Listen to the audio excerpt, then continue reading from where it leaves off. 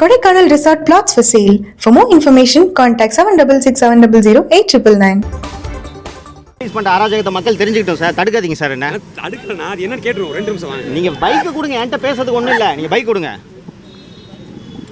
Start பண்ணவா? என்ன detail கேட்டுருவோம் சார். சார் வண்டி இங்க 15 நாளா டெய்லி வந்துட்டு சரி சார், அது கொடுக்கல. நான் பிரச்சனை பேசுறேன், நீங்க சொல்லுங்க. போலீஸ் என்ன அராஜகம் பண்ணுன்னு தெரியுன்ற நாட்டுக்கு டிஸ்டர்ப் பண்ணாதீங்க. இருங்க என்ன பேசுறது கூட உங்கள்கிட்ட பர்மிஷன் ஆகணுமா? அப்புறம் அஜித் மாதிரி அடிப்பீங்களா? ப்ராப்ளத்தை சால்வ் பண்ணிடுவோம் வாங்கன்னு சொல்றேன். ப்ராப்ளத்தை நீங்க போய் சால்வ் பண்ணுங்க. என்ன நடந்துச்சு 15 நாள்னு தான் நான் சொல்ல போறேன். நான்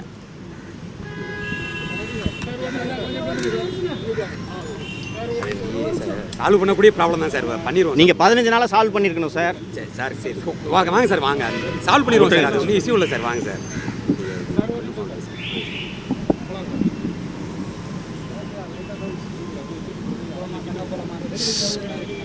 சவுக்கு மீடியா கடந்த 2 ஆண்டுகளாக தமிழக அரசாலும் தமிழக காவல்துறையாலும் எத்தகைய துன்புறுத்தல்கள், எத்தகைய கொடுமைகளை சந்தித்துக் கொண்டிருக்கிறது என்பதை நீங்கள் எல்லோரும் அறிவீர்கள். என் வீட்டில் மலம் ஊற்றப்பட்டது, சாக்கடை ஊற்றப்பட்டது, என் மீது பொய் வழக்கு போடப்பட்டது, கஞ்சா வழக்கு போட்டப்பட்டது. 2 முறை குண்டர் சட்டத்தை நான் சந்தித்திருக்கிறேன். இதற்கெல்லாம் பிறகு ஒரு அலுவலகம் கிடைத்து இந்த அலுவலகத்தில் தொடர்ந்து என்னுடைய மீடியா பணியை நான் செய்து கொண்டிருக்கிறேன். இந்த நிலையில் கடந்த ஒரு 20 நாட்களுக்கு முன்பாக என்னுடைய அலுவலகத்தில் வேலை செய்யக்கூடிய கேமராமேன் எடிட்டர்கள் 2 பேர், திரு சத்யமூர்த்தி மற்றும் திரு ஜெயபிரகாஷ், கேமராமேன் ஒருத்தர், எடிட்டர் ஒருத்தர், அவர்களுடைய வீட்டுக்கு இரவு 12 மணிக்கு 15 காவல்துறையினர் சென்று அவர்களது 2 பேரோட பைக்கை தூக்கிட்டு போயிருக்காங்க. என்ன காரணம்னு சொன்னாங்கன்னா, உங்கள் பைக்கு அஃபென்ஸில் சம்மந்தப்பட்டிருக்குன்னு சொன்னாங்க.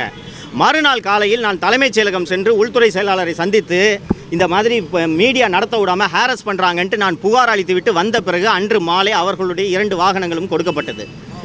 இதற்கு பிறகு என்னுடைய அலுவலகத்தில் கேமராமேனாக பணியாற்றக்கூடிய இந்த பையன் பிரசாத், இவர் மிகவும் ஏழ்மையான குடும்பத்தை சேர்ந்தவர்.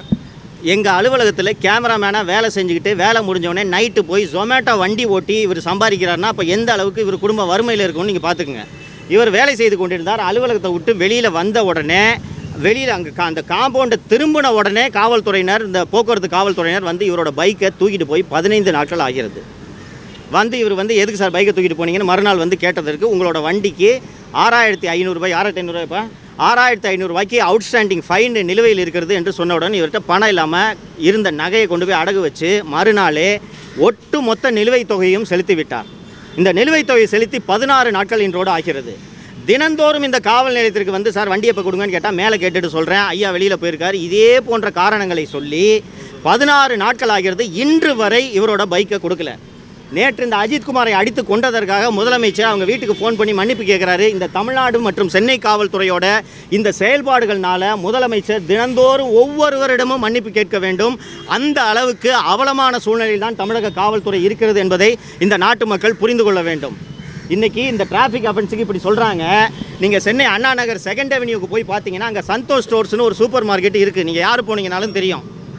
கிட்டத்தட்ட 200 அடிக்கு மேலாக அந்த சந்தோஷ் சூப்பர் மார்க்கெட்டுக்கு வெளியில் பேரிகேடு போட்டு, பிரைவேட்டு செக்யூரிட்டி கார்டு போட்டு, வேறு யாரும் வாகனங்களை நிறுத்த விடாமல் அந்த சூப்பர் மார்க்கெட்டுக்கு வர்ற வாகனங்களுக்காக மட்டும் அந்த இடம் தடுத்து வைக்கப்பட்டிருக்கிறது. போலீஸ் பேரிகேடை யூஸ் பண்ணுறாங்க. இது போல் அந்த போலீஸ் பேரிகேடை யூஸ் பண்ணி பொதுமக்களுக்கான நடைபாதையை அவர்கள் அடைத்து வைப்பதற்கு காரணம், அந்த சந்தோஷ் சூப்பர் மார்க்கெட்டின் உரிமையாளரோட பெயர் சவுந்தரராஜன். அந்த சவுந்தரராஜன் யார் என்றால் தமிழ்நாட்டின் சட்டம் ஒழுங்கு கூடுதல் டிஜிபி டேவிட்சன் தேவாசீர்வாதத்தின் சொந்த தாய்மாமனார். நீங்கள் இது போல் அதிகார துஷ்பிரயோகம் செய்து கொண்டிருக்கிறீர்கள், அட்டூழியங்களை செய்து கொண்டிருக்கிறீர்கள். ஒரு நகையை திருடிவிட்டார் என்ற குற்றச்சாட்டுக்காக ஒருவனை அடிச்சே கொள்றீங்க. நாங்கள் மீடியாவில் இந்த உண்மைகளை எடுத்து சொல்லும் வேலையை செய்து கொண்டிருந்தா இந்த மாதிரி வண்டியை பிடிங்க வச்சுக்கிட்டு 15 நாட்களாக வண்டியை கொடுக்காம original licence, original RC book, வண்டியோட ஃபைனை கட்டியாச்சு. நான் இங்கே இந்த இஷ்யூவில் தலையிடக்கூடாதுன்றதுக்காக டெய்லி போய் கேளுப்பா என்ன சொல்கிறாங்கப்பான்னு கேட்டால் 15 நாளாக இங்கே வந்துட்டு போயிட்டுருக்காரு. எப்போ கேட்டாலும் ஐயா வெளியில் போயிருக்காரு, மேலே கேட்கணும், டிசியை கேட்கணும். இப்போது சென்று நான் மேலே உதவி ஆய்வாளரை பார்த்து நான் இந்த வண்டி எப்போ சார் தருவீங்கன்னு கேட்டோன்னே இங்கே இருக்க போய் டிசியை போய் பாருங்கள், நான் டிசியை பார்க்க முடியாது என்று சொல்லிவிட்டேன். தமிழ்நாட்டில் நீங்கள் இங்கே பாருங்கள் நண்பர்களே, உங்களை போன்ற கேமராமேன் தான் இந்த ஜெயபிரகாஷ், உங்களை போன்ற கேமராமேன் தான் இந்த பிரசாத், உங்களை போன்ற விஷுவல் எடிட்டர் தான் இந்த சத்யமூர்த்தி. உங்களை போல எல்லோரையும் போல வயிற்று பிழைப்புக்காக ஒரு ஊடக நிறுவனத்தில் வேலை செய்து உழைத்து சம்பாதிக்க வேண்டும் என்பதற்காக தான் இவர்கள் வேலை செய்கிறார்கள். இந்த மீடியாவில் வேலை செய்கிறான்ற ஒரே காரணத்துக்காக காவல்துறை இவர்கள் ஒவ்வொருவரையும் இப்படி சித்திரவதை செய்தால் இது எங்கே போய் முடியும் என்பதை ஊடக நண்பர்கள் நீங்கள் யோசித்து பார்க்க வேண்டும். இதே போல் ஒவ்வொரு முறையும் அக்யூஸ்டை பிடிச்சி கையை காலை உடைக்கிறது எங்கே போய் முடியும்ட்டு நான் எதை தொடர்ந்து வலியுறுத்தி கொண்டிருந்தேனோ அதுதான் அஜித்குமார் விவகாரத்தில் நடந்திருக்கிறது. அவன் நகை திருடானா இல்லையான்றது இது வரைக்கும் யாருக்குமே தெரியாது. கூட்டிகிட்டு போய் அடிச்சே கொண்டுட்டாங்க அவனை. இப்படித்தான் காவல்துறை செயல்பட்டு கொண்டிருக்கிறது. இவரும் கூச்சமே இல்லாமல் மன்னிப்பு கேட்டுக் கொண்டிருக்கிறார். இன்றைக்கி இங்கே இந்த பிரசாத்துக்கு நடந்தது, ஜெயபிரகாஷ்க்கு நடந்தது, சத்தியமூர்த்திக்கு நடந்தது, நாளை உங்கள் ஒவ்வொருவருக்கும் நடக்கும். காவல்துறைக்கு எதிராக யாருமே பேசக்கூடாது என்ற அராஜக சூழல் தமிழ்நாட்டில் நடக்கிறது. தமிழ்நாட்டில் காட்டாட்சி நடக்குது. இதையெல்லாம் எதிர்த்து கேள்வி கேட்பதால் தான் சவுக்கு ஊடகத்தை தொடர்ந்து முடக்க இந்த அரசு முயற்சி செய்து கொண்டிருக்கிறது. திரு அருண் அவர்களும் இந்த முயற்சி செய்து கொண்டிருக்கிறார். கடத்தல் பண்ணும் அதிகாரிகளை எல்லாம் பதவியில் அமர்த்தி கொண்டு முதல்வர் போய் மன்னிப்பு கேட்பதற்கு வெட்கப்பட வேண்டும். இந்த அதிகாரிகளை கட்டுப்படுத்துறதுக்கு துப்பு இல்லைன்னா இவரெல்லாம் எதுக்கு நாட்டை ஆள்றாரு? இன்னைக்கு வரைக்கும் 15 நாளாக இன்னும் பைக்கு கொடுக்கலன்னா எந்த அளவுக்கு இவர்கள் துணிச்சல் இருக்கும் என்று யோசித்து பாருங்கள். பிரசாத்தோட வாகனம் ஏதாவது ஒரு குற்றச்செயல் புரிந்து நீதிமன்றத்தின் உத்தரவில் இதை பறிமுதல் செய்து வைத்திருந்தால் இவர்கள் வாகனத்தை தரமாட்டேன் என்று சொல்லலாம். ஃபைனு பெண்டிங்காக இருந்தால் கூட இவங்க வாகனத்தை தூக்க முடியாது. ஃபைன் நிலுவையில் இருக்கக்கூடிய வாகனத்தை நீங்கள் பறிமுதல் செய்ய வேண்டும் என்றால் சென்னையில் இருக்கக்கூடிய 95% வாகனங்களை நீங்கள் பறிமுதல் செய்ய வேண்டும். இன்றைக்கி ரோட்டில் ஆட்டோமேட்டிக் கேமரா இருக்குது, ஃபைன் தானாக விழுது. எல்லா வெஹிக்கிளுக்கும் ஃபைன் நிலுவையில் இருக்கும். அப்படி இருக்கும்போது ஃபைன் பெண்டிங்கிறதுக்காக எதுக்காக இந்த வாகனத்தை பறிமுதல் செய்யணும்? வேண்டுமென்றே என்னுடைய அலுவலகத்தில் பணியாற்றும் ஊழியர்கள் அச்சப்பட்டு என் மீடியாவில் பணியாற்றாமல் விலகி ஓட வேண்டும் என்பதற்காகத்தான் இந்த காவல்துறை, குறிப்பாக சென்னை மாநகர ஆணையர் திரு அருண் அவர்கள் இதை திட்டமிட்டு செய்து கொண்டிருக்கிறார். இந்த பொம்மை முதல்வர் இதை வேடிக்கை பார்த்து கொண்டிருக்கிறார். எது கொஸ்டின்ஸ் இருக்கா? இப்போ நீங்கள் நேரடியாக வந்து கேட்டதுக்கு காவல்துறை அதிகாரிகள் என்ன சொல்லியிருக்காங்க? பிரதர், இப்போ வந்து கேட்குறேன் சார், வண்டி எங்கே இருக்குது, சாவி கொடுத்துருங்க சார் சொல்லி கேட்கும்போது போய் டிசியை பாருங்கன்னு சொல்கிறாங்க. நான் கேட்டேன், சார் ஃபைனை கட்டியாச்சு, அவுட்ஸ்டாண்டிங் இல்லை, எந்த பவர் அடிப்படையில் நீங்கள் வெஹிக்கிளை டீடைன் பண்ணி வைக்கிறீங்க என்ன கேட்கும்போது நீங்கள் போய் டிசியை ஒரு வார்த்தை பார்த்துருங்கன்னா, நான் டிசியெல்லாம் பார்க்க முடியாது சார், வண்டியை கொடுக்க வேண்டிய நீங்கள் தான் சீஸ் பண்ணது, வண்டி நீங்கள் தான் கொடுக்கணும், நான் டிசியை பார்க்க முடியாதுன்னு சொல்லிட்டு தான் வந்தேன். தொடர்ச்சியாக வந்து உள்ள சவுத் மீடியாவை சுற்றியே தான் அந்த பழிவாங்கக்கூடிய நடவடிக்கை இருந்துட்டு இருக்கு அப்படின்னு நான் இதை உறுதியாக அனுபவபூர்வமாக நான் இதை உணர்ந்து சொல்கிறேன். வீட்டில் வந்து சாக்கடை ஊற்றப்பட்டதை நீங்களே பார்த்துருப்பீர்கள். நீங்கள் அதுக்கு முன்னாடி பிரசாத்தோட வண்டியை தூக்குறாங்க, எடிட்டர் சத்தியமூர்த்தியோட வண்டியை தூக்குறாங்க. வண்டியில் ஃபைன் அவுட்ஸ்டாண்டிங் இருந்தால் கூட ராத்திரி 12 மணிக்கு எதுக்கு சார் நீங்கள் வந்து வண்டியை தூக்கணும்? நான் தலைமைச் செயலகத்தில் பத்திரிகையாளர் சந்தித்த போது இதை பற்றி விரிவாக கூறினேன். வண்டியில் ஃபைன் அவுட்ஸ்டாண்டிங் இருந்துச்சுன்னா ராத்திரி 12 மணிக்கு அசோக் நகர் ஏசி தலைமையில் 13 காவல்துறையினர் வந்து எதற்காக வீட்டிலிருந்து வண்டியை தூக்க வேண்டும்? இது சவுக்கு மீடியாவுக்கு எதிராக திட்டமிட்டு செய்யப்படும் சதி என்று உங்களுக்கு புரியவில்லையா? இதை வேண்டுமென்றே செய்கிறார்கள். இதை இந்த முதல்வர் வேடிக்கை பார்த்து கொண்டிருப்பதுதான் எனக்கு வருத்தமாக இருக்கிறது. நான் தொடர்ந்து பதிவு செஞ்சுக்கிட்டு இருக்கேன். இந்த அதிகாரிகள் வேண்டுமென்று இதை செய்கிறார்கள். இந்த அதிகாரியை கட்டுப்படுத்துறது கூட துப்பில்லாத இந்த முதல்வர் எப்படி இந்த நாட்டை ஆழ்வார் என்பதை யோசித்து பாருங்கள் நீங்கள். சரி, அஜித்குமார் மரணத்தில் வந்து 5 காவலர்கள் மீது நடவடிக்கை எடுத்திருக்காங்க, சிபிஐக்கு வந்து மாற்றிருக்கிறாங்க.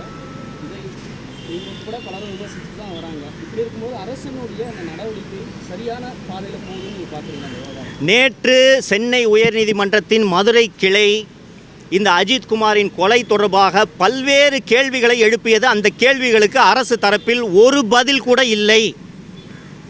ஸ்பெஷல் டீமை அஜித்குமாரை பிக்கப் பண்ணி விசாரிக்கிறதுக்கு கூட்டிகிட்டு போனாங்கன்னு சொல்லும்போது ஸ்பெஷல் டீமுக்கு இந்த பணியை உத்தரவிட்டது யார் என்ற கேள்வியை நீதிமன்றம் ஸ்பெசிஃபிக்காக எழுப்புகிறது. இல்லை சார், அவங்க ஸ்பெஷல் டீம் எல்லாத்தையும் மானிட்டர் பண்ணுவாங்கன்னு சொல்லும்போது எப்படி அவர்களுக்கு தெரியும் யாரின் கீழ் அந்த தனிப்படை செயல்படுகிறது என்ற கேள்விக்கு அவர்களிடம் பதில் இல்லை. சார், அவங்க சோஷியல் மீடியாவை பார்த்து இந்த நகை திருட்டு தொடர்பாக விசாரணைக்கு அழைத்து சென்றார்கள் என்றால் எஃப்ஐஆர் இல்லாமல் ஒரு நபரை நீங்கள் எப்படி கைது செய்தீர்கள் என்ற கேள்வியை நீதிமன்றம் எழுப்புகிறது.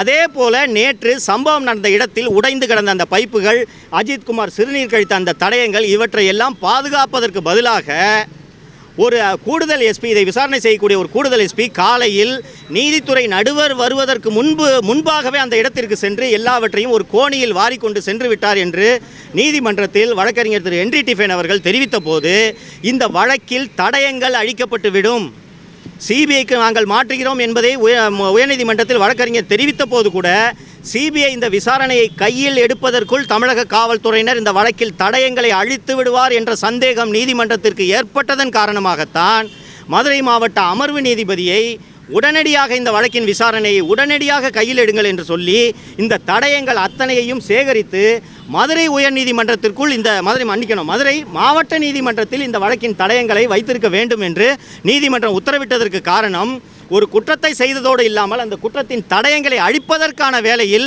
இந்த அரசும் காவல்துறையும் ஈடுபடுகிறது என்பதை நீதிமன்றம் உணர்ந்ததால் தான் மாவட்ட நீதிபதி தலைமையில் விசாரணைக்கு உத்தரவிட்டிருக்கிறது என்று புரிந்து கொள்ளலாம். தனிப்படையெல்லாம் கலைப்பது செய்தியை வந்து கேள்விப்பட்டிருக்கோம். இதை எப்படி நீங்கள் இதெல்லாம் வரவேற்க தகுந்த ஒரு விஷயம்தான். இது போன்ற தனிப்படைகள் இந்த சிவகங்கையில் இருக்கக்கூடிய இந்த தனிப்படையை எடுத்துக்கிட்டிங்கன்னா அந்த உள்ளூரில் விசாரித்த போது இந்த தனிப்படையினர் எந்த விதமான சட்டங்களுக்கோ விதிகளுக்கோ உட்படாமல் தான் தோன்றித்தனமாக செயல்பட்டார்கள். ஊரில் யாரை வேண்டுமானாலும் எடுத்து அவர்கள் தாக்குவார்கள். அஜித்குமார் செத்து போயிட்டதுனால தான் இந்த விஷயம் வெளியில் வந்துச்சு. அஜித்குமார் சாகவில்லை என்றால் இந்த விஷயம் கடைசி வரை வெளியே வந்திருக்காது என்று சொன்னார்கள்.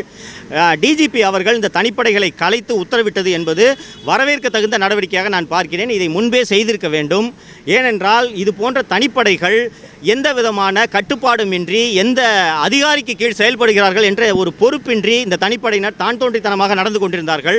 ஸோ ஒரு அக்கௌண்டபிலிட்டி இல்லாமல் இருக்கக்கூடிய இந்த தனிப்படையை கலைத்தது டிஜிபி எடுத்த சரியான நடவடிக்கை என்று தான் நான் பார்க்கிறேன். காவல் நிலையங்களுக்கு வரும் பொதுமக்களிடம் காவல்துறையினர் வந்து கண்ணியமாக நடந்து கொள்ளணும்னு சொல்லி முதல்வரே சொல்லியிருக்காங்க. இப்படி இருக்க சூழலில் உங்களுக்குலாம் இப்படி நடக்குதுங்கும் போது முதல்வரோட செயலை மீறுறாங்களா காவல்துறை? முதல்வரை காவல்துறையினர் மதிப்பதில்லை என்பதைத்தான் இது காட்டுகிறது. 2022ஆம் ஆண்டு சென்னையிலே செக்ரட்டரியேட் காலனி காவல் நிலையத்தில் விக்னேஷ் என்கிற விக்னா என்ற நபரை பிடித்து கொண்டு சென்று அடித்தே காவல் நிலையத்தினர் கொண்டிருக்கிறார்கள். பின்னாளில் அதை விசாரணை செய்த சிபிசிஐடி விசாரணையில் தெரிய வந்தது என்னவென்றால் சிசிடிவிக்கு கீழே வச்சு மிதிச்சிருக்காங்க அந்த கான்ஸ்டபிள்ஸு. ஸோ முதல்வர் அவர்கள் சட்டப்பேரவையில் அப்போது சட்டப்பேரவை நடந்து கொண்டிருந்தது. முதல் நாள் முதல்வர் அவருக்கு உணவு வாங்கி கொடுத்தோம், வாந்தி எடுத்து அவர் செத்துட்டார். அவர் கையில் கத்தி இருந்துச்சு, கத்தி எடுத்து குத்த வந்தார், அதனால் அடித்தாங்க என்பது போல் அவர் சட்டப்பேரவையில் கூறுகிறார். மறுநாள் உடற்கூறாய்வு அறிக்கை வந்ததும் உடலில் அந்த இறந்து போன விக்னாவின் உடலில் 20க்கும் மேற்பட்ட காயங்கள் இருந்தது என்பதை தெரிந்து கொண்டு இதே முதல்வர் சட்டப்பேரவையில் காவல்துறையினர் சட்டத்தை கையில் எடுப்பதை நான் அனுமதிக்க மாட்டேன், எனது அரசு அனுமதிக்காது என்று சட்டப்பேரவையில் பதிவு செய்தார். அது சட்டப்பேரவை குறிப்பில் ஏறி இருக்கிறது. அதற்கு பிறகு 15க்கும் மேற்பட்ட லாக்அப் மரணங்கள் தமிழகத்தில் நடந்திருக்கிறது என்றால் முதல்வருடைய பேச்சை, முதல்வருடைய கட்டளையை ஒரே ஒரு காவல்துறை அதிகாரி கூட மதிக்கவில்லை என்பதைத்தான் இது காட்டுகிறது. கொஞ்சம் யோசிச்சு பாருங்கள். கம்ப்ளைண்ட் கொடுக்க வரவனை உள்ள ஒரு ஸ்டேஷனில் வச்சு கொறடாவை வச்சு ஒரு அசிஸ்டன்ட் சூப்பரண்ட் ஆஃப் போலீஸு 20 பேருக்கு மேலே பல்ல பிடுங்கியிருக்கான்.